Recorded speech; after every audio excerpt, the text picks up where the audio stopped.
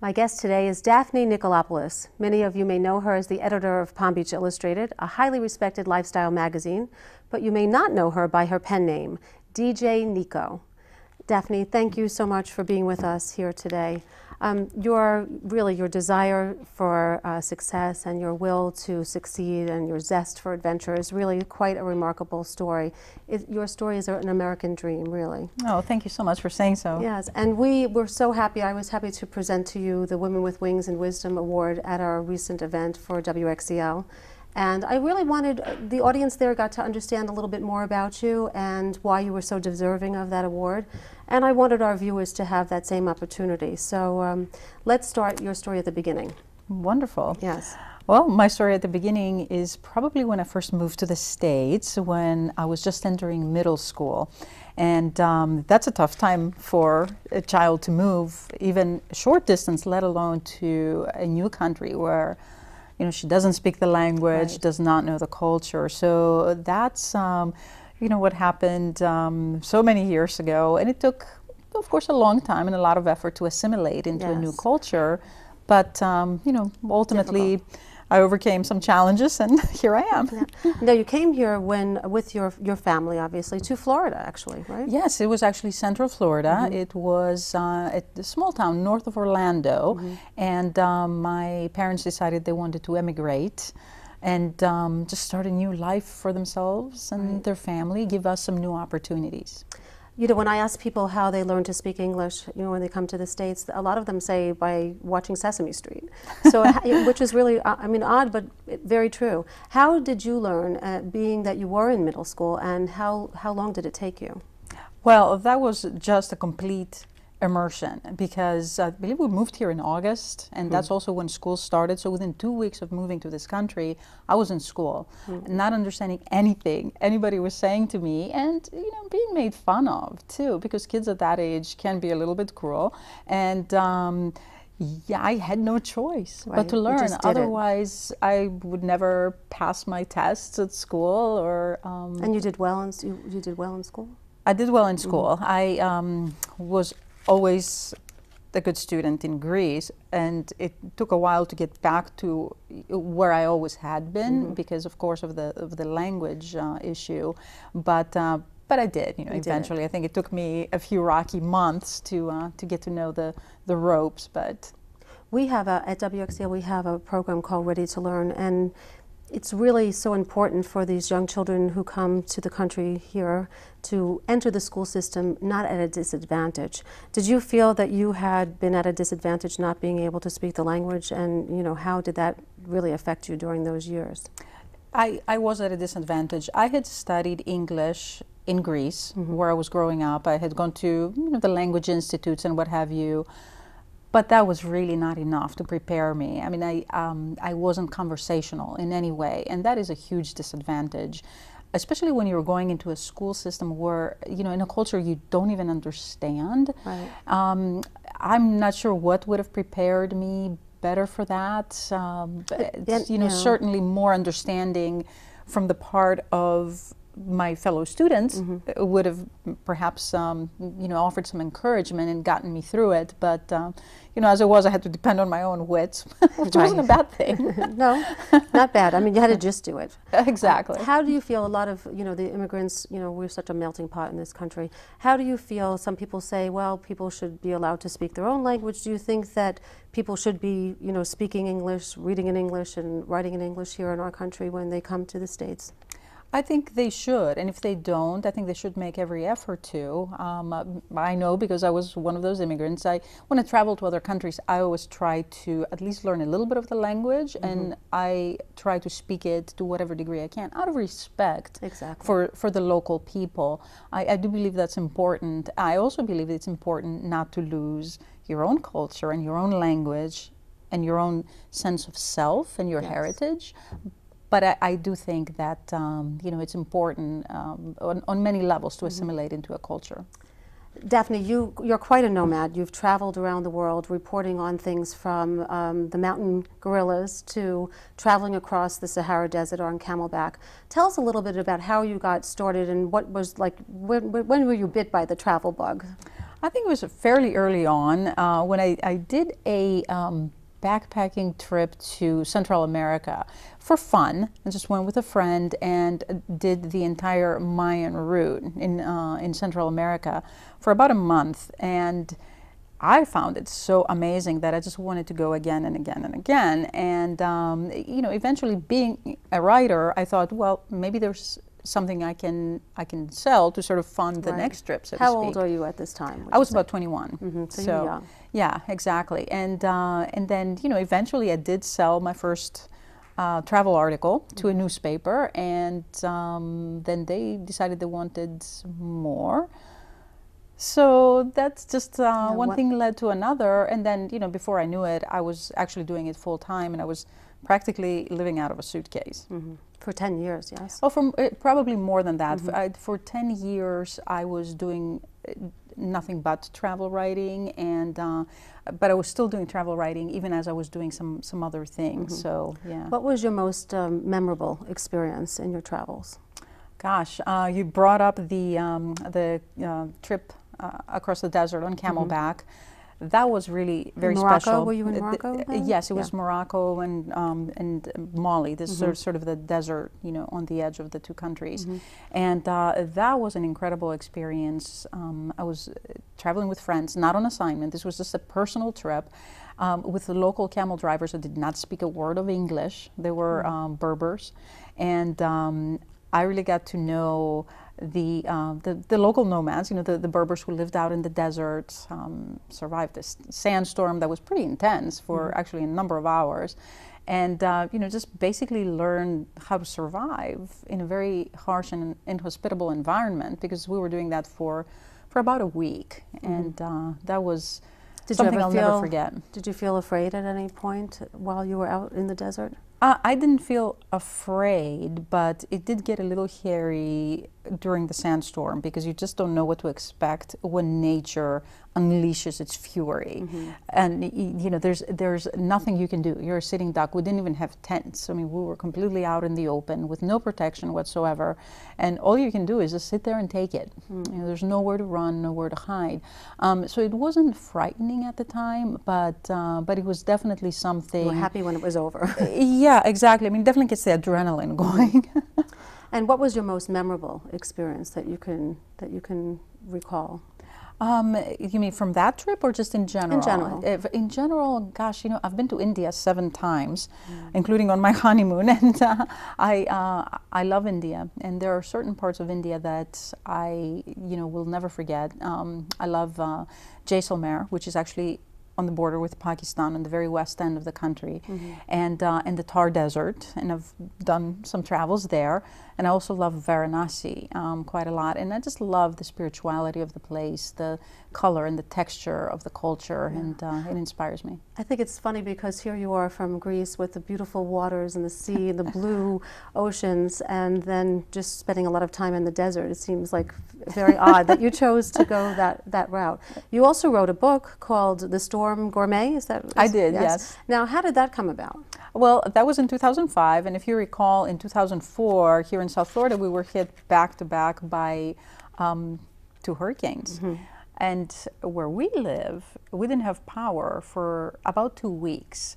And at the time, there was a curfew. I think you probably recall. I mean, you couldn't go out beyond 8 o'clock, and then even Publix didn't have power, and so you couldn't even go shopping. And so I thought, well, what are we going to eat? You know, I'm a good Greek girl. I like making nice dinners. I like my food, exactly. And so I started to experiment with things that were shelf-stable and non-perishable, and started to put together some dishes. And I thought, maybe there's something to this. Well, it received a lot of recognition. It was on NPR, All Things Considered, CNN. You really got some nice recognition for that. I thought it's funny because I thought you were inspired by being in the desert, and that maybe, you know, some of the meals that you were cooking were without electricity, being that you traveled. But here it was a homegrown idea, so I didn't realize that. It really was, but then you know, it's an idea I think that can transfer to so many uses. I ended up hearing from people who love to go camping and backpackers, and anybody who's out there you know, in places like the desert where, Exactly. you know, you don't have electricity or any means of even warming something up. And they thought, what a great idea, I can use this. Yes, well, summer's coming up, we'll all get out that book. Exactly. And then you went on to write Palm Beach Parties, which I think is also kind of a flip in that one is, you know, so basic and down to earth, and then the next is just so glamorous. So glamorous. Yes. And that was, I was a co-author for that. That was actually a project that was started by a good friend of mine, Annie Falk. And that book is now named Palm Beach Entertaining, and it will be out September, I believe, 25th from Rizzoli. And so beautiful. for the next season, we're all going to enjoy that here in Palm Beach. My mother used to say to me, how could you want to join the Peace Corps and shop and wear designer labels? And I kind of feel like you're very much like that. Here you are out in the deserts, and then you're doing a Palm Beach party book. So you're a very well-rounded person. Multifaceted. Yes, multifaceted. Now, you know, talking about foods and the gourmet book and the parties, best meal when you were traveling. Tell us about that.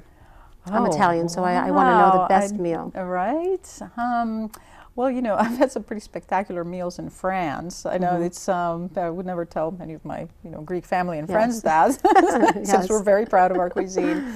But I do love you know, French food. And I think that at the Georges V is probably the best meal I've ever had. And, you know, but that was really fine cuisine. And the most challenging meal? Well, I've eaten a lot of street food. And a lot of questionable things. Yes. And I'd say that maybe some of the street food in Thailand, in some of the rural parts of the country where you can't even really identify what's on those sticks, on those skewers. Yes, yes. That was probably one of the most challenging. They also serve things like fried scorpion and cockroaches and and whatnot. So yeah, quite challenging to be respectful of the cuisine as well as the languages, I guess. Exactly. Well, let's talk a little bit about your new book, your novel. This is your first novel, it is. The 10th Saint, and it just recently has come out and received wonderful reviews. I know a lot of people are comparing it to like the Da Vinci Code and the character to kind of like an Indiana Jones, female version of an Indiana Jones character. How much of that book has you in it, and what inspired you to write this novel? Well, I'll answer the first part of the question. My protagonist, her name is Sarah Weston. She's a British archaeologist and an aristocrat, though she very much wants no part of that world. She has a very healthy sense of adventure and loves the world's remote places and wild places, and in that way we're very much alike. So I'd say that part of myself is written into her. But you know, of course, she's not inspired by me, my own personality. You know, beyond that, I mean, she's very different, and you know, obviously there are some similarities. There always will be, but now she's it very takes much place in Ethiopia. It does. In And most of the actions. Why Ethiopia? Why did you choose? Well, Ethiopia is a place I traveled to a few years ago, and not looking at it from the perspective of research. I just did it for personal pleasure, just because I wanted to discover it. It's a place that has a rich history and like a very glorious past, but you know, is really not made for tourists. I mean, it doesn't have a big tourism infrastructure, so I wanted to explore it. I was so taken by it. So fascinated by the history and the culture and the spirituality that imbues every part of their existence. How long were you in Ethiopia on your visit? How long were you there? It was probably about a month. Oh, so you had a really nice you know, experience there. Yeah, it was wonderful. And really the book now, is this going to be a series? Is this something that's going to have a follow-up, or is it a one, you know, because I think your character seems to have a lot of adventures to go on. So I'm wondering if this is going to continue, or if this is just a one trip wander to Ethiopia. No. And actually the book, it takes place in more than Ethiopia. There are also some portions of the plot take place in the Arabian desert. A lot of it takes place in the capitals of Europe. Some of it takes place inside scientific labs, and because of, you know, that part of the plot. So I just got the book today. Oh, you did? So I'm going to wonderful! Read it. I can't wait for you to read it. I'm looking forward to reading it. So it is very much an adventure. There's a lot of intrigue and a lot of suspense and a little bit of mystery. A lot of people are very surprised by the twist at the end. Don't tell. Oh no, I won't tell. I won't spoil it for anyone. But the very interesting thing is that it it is left wide open for another adventure, and of course the characters are charismatic and lend themselves to doing more adventures. And so there is a follow-up book that actually is coming out June of 2013. And it's called The Riddle of Solomon, and that takes place largely in Israel and in Saudi Arabia and India, places that I really love, and has a lot to do with biblical archaeology. So this is our local Eat, Pray, Love journalist here that we have, and really, you really traveled so much of the world. Your favorite place, is it India? I think it depends on what I'm in the mood for, but I do love India. It will always have a very special place, in my heart. So. And in your travels, anyone that you remember the most memorable character along your path? Oh, there have been so many. We talked a little bit about the desert. I mean, just the camel drivers who were the leaders of our little expedition in the desert. Such fascinating characters, and the way they would just take absolutely nothing and create something out of it. I mean, I remember them one day actually going to a dried up pool in the desert where the sand was cracked like old clay, and there was just a little bit of standing water at the very bottom, and it was the color of cappuccino. And they went in with their water canisters, and they just passed the water through a sieve, which was basically their turbine, and put it in. And they were just so resourceful. It's amazing. We ended up boiling it and drinking it later, but that's another story. Still amazing how beautiful the desert must be. It's really treacherous, but how beautiful when you see like a cactus with a flower growing. It's just in the middle of nowhere. It just must be really, really stunning. Well, that's amazing. And then seeing the desert people and how resourceful they can be, and how they can just invent something, and they're just so happy to do it, and they don't think anything of it. Where in the Western world, we look at that water and we think, you think I'm going to drink that? Then of course, if that's the only water around, what else are you going to do? Yes, and we get our one little thing where there's a pipe broken and don't boil the water alert, and we all panic. So yeah, exactly. It's very funny. Now, you've been here in South Florida for how long? Well, I've been here a couple of different times. I was here in the early 90s for a few years, just I think about 4 or 5 years, and then I left and was gone for 2 years. I actually did a backpacking trip around the world for 2 years, which was really great, without ever coming back home. That was one of the most amazing times in my life. That must have been amazing. And what inspired you to do that?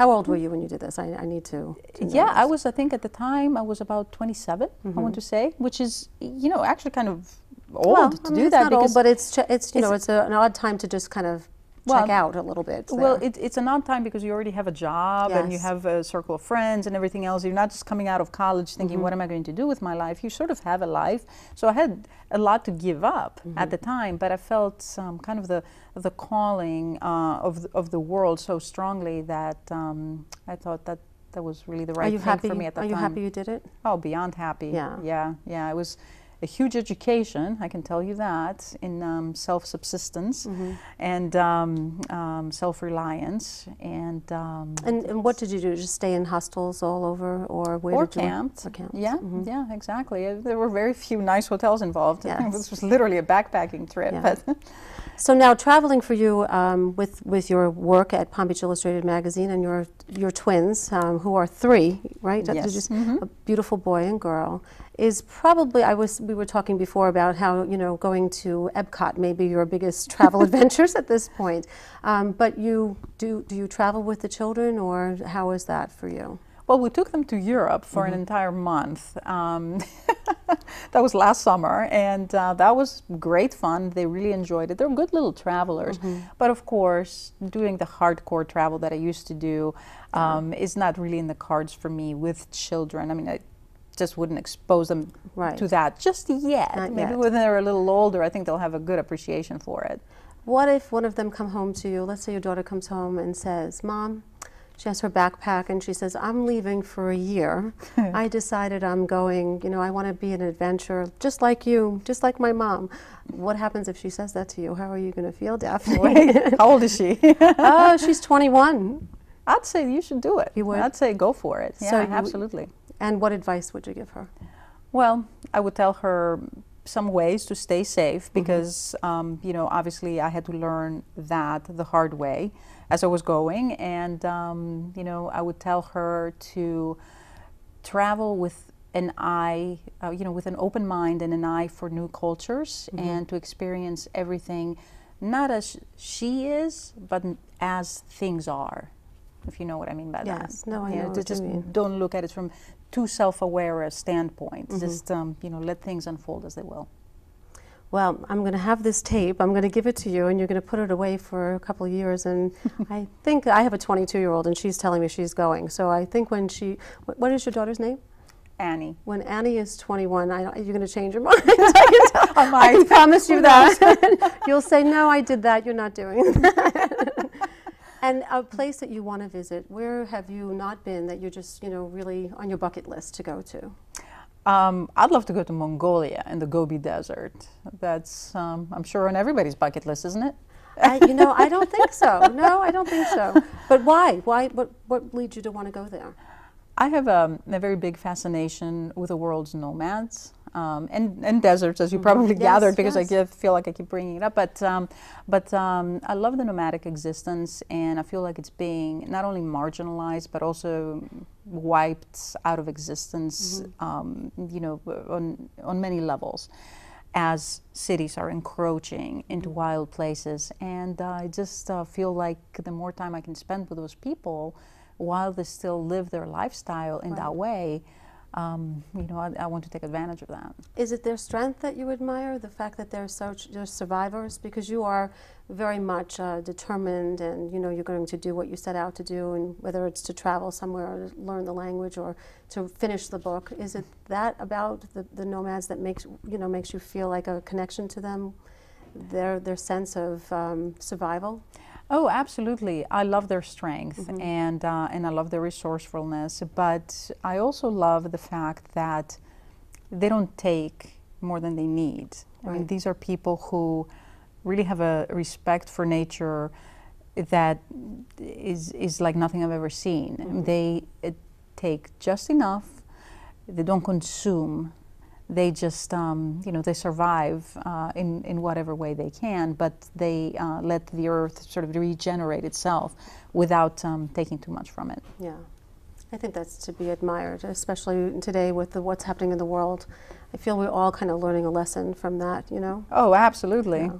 Now, you are going to be with Palm Beach Illustrated for, what, almost a decade now, right? As they're celebrating their 60th anniversary. Absolutely. Well, I started full-time with the magazine in 2003, actually, and even before that, I was contributing. So I have a long history with Palm Beach Illustrated. So.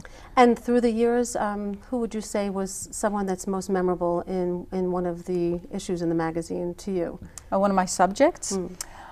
I really loved interviewing Tommy Lee Jones. He was quite a character, and I had heard all these stories about how Tommy doesn't like the press, and you know, if he doesn't like you, he'll walk out of the room. Right. So there was a little trepidation, but I actually went to Wyoming to see him and his family as they were training some green horses for the next polo season, and it was, I think, a combination of the backdrop and the fact that he was so relaxed, but we got along famously, and so funny. I loved researching, you know, somebody, you know, so famous and yet so down to earth. Yes, and really so different than you know, in his life and in his work. So that must have been very. The last person I would think that you would say is Tommy Lee Jones, to be honest. But that's, you know, that's why it was special to you, because he was probably such a unique individual. Oh yeah, no, he welcomed you. He did, and you know, and it was also a little bit of a challenge, and you know how I love challenges. Yeah.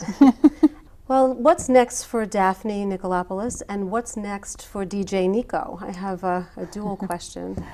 Well, for well, I guess since it's the same person, let's see. I think some of it relates.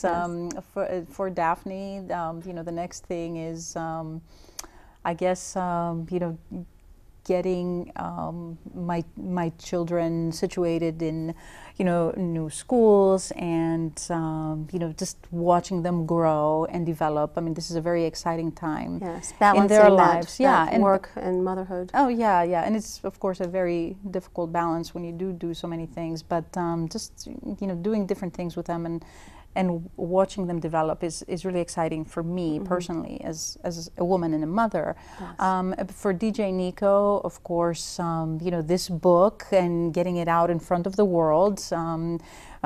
My book, of course, The 10th Saint, yes. But I'm also excited about the follow-up book that's coming out in another year's time.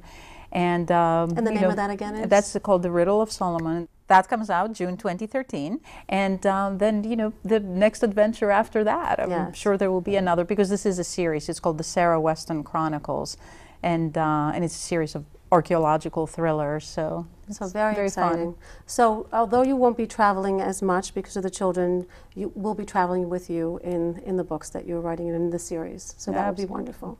Well, Daphne, thank you so much for being with us here today. We really enjoyed hearing your adventures and some of your stories, and we look forward to the series and the next book that's coming out. So thank you. Thank you so much for having me. I'm honored. I'm Debra Tornaban. Thank you so much for watching. I look forward to seeing you next time.